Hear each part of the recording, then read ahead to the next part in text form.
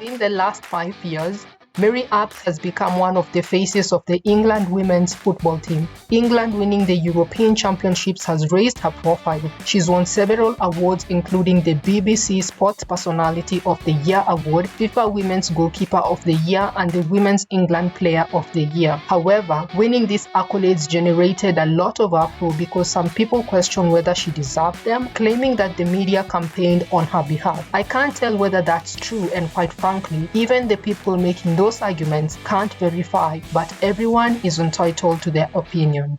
So, is Mary Earps worth the hype? Before we move on, I have one request to make. I'd like you to help me to get to 1,000 subscribers. We are halfway there, so please, if you haven't, hit the subscribe button, like and share my content so that I can reach as many people as possible and also help the channel grow. Thank you, and back to the video. Mary Earps began her senior career at Leicester City in 2009. That was a time when, quite frankly, women's football wasn't in the social consciousness. I didn't even know that professional women's football was a thing, so naturally, Earps wasn't a figure people knew. She quietly made her way into the professional ranks, playing for Nottingham Forest, Doncaster Rovers Bells, Coventry, Birmingham City, Bristol Academy, Reading, VfL Wolfsburg, and now Manchester United. Throughout her club career, she remained relatively unknown to the wider public. Internationally, she didn't get more game time as Karen Bardsley and Callie Telford were preferred starters, with Bardsley being England's first choice. That said, she made a couple of appearances at the 2014 Euro Women's Qualifiers. This is the norm for goalkeepers. If you aren't first choice or at least second, it takes you long before you can outdo the seniors, but as Earps show, it's possible. After waiting in the wings patiently for an absurdly long while,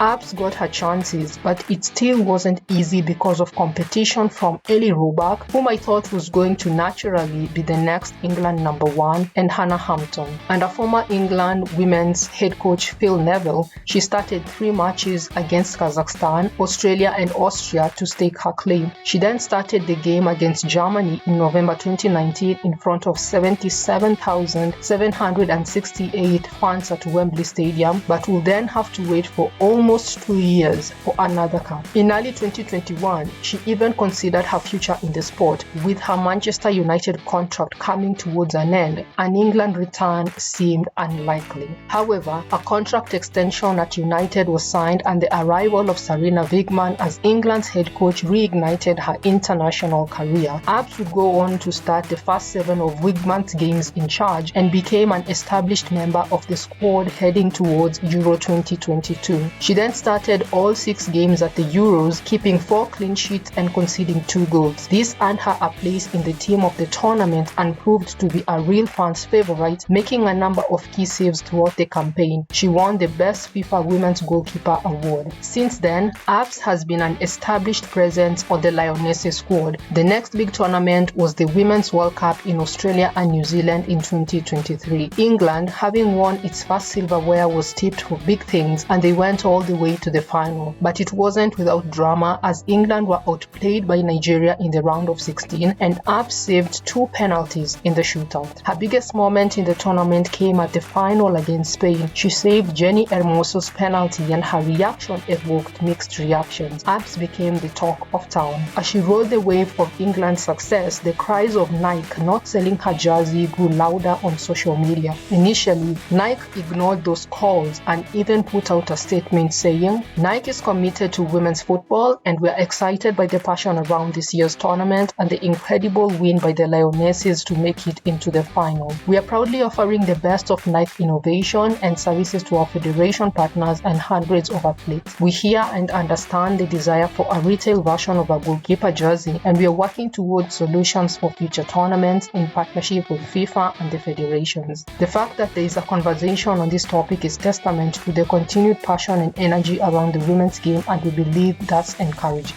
Earps spoke out against Nike and encouraged fans to sign a petition which garnered over 150,000 signatures, finally forcing them to sell her shirt. They put out another statement. "We've seen and shared the unprecedented passion and interest in women's football this year and remain committed to playing our part by offering the best products and services to athletes and fans. We recognize that during the tournament we didn't serve those fans who wished to show their passion and support to the school's goalkeepers. We are committed to retailing women's goalkeeping jerseys for major tournaments in the future."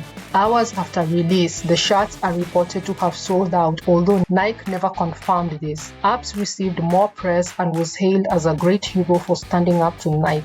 Following the whole controversy, she went on and won more awards, including the BBC Sports Personality of the Year, the Best Women's Goalkeeper Award, BBC Women's Footballer of the Year, and others. A section of the fans weren't pleased with her awards, citing she's overrated and that media campaigns and not her achievements contributed to it. Back in the domestic game, she's been a key player in the team's season, having played 21 by the time of making this video. As the season closes, it's not clear if Earps will stay at Manchester United as her contract is set to expire this summer.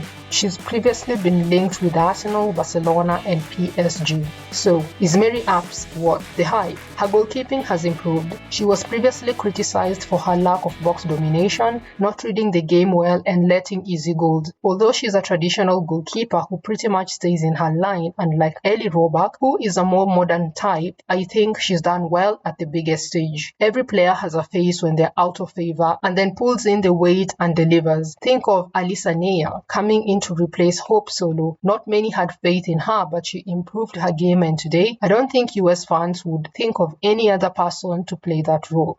What's your take? Share your comments down below and don't forget to like, share and subscribe.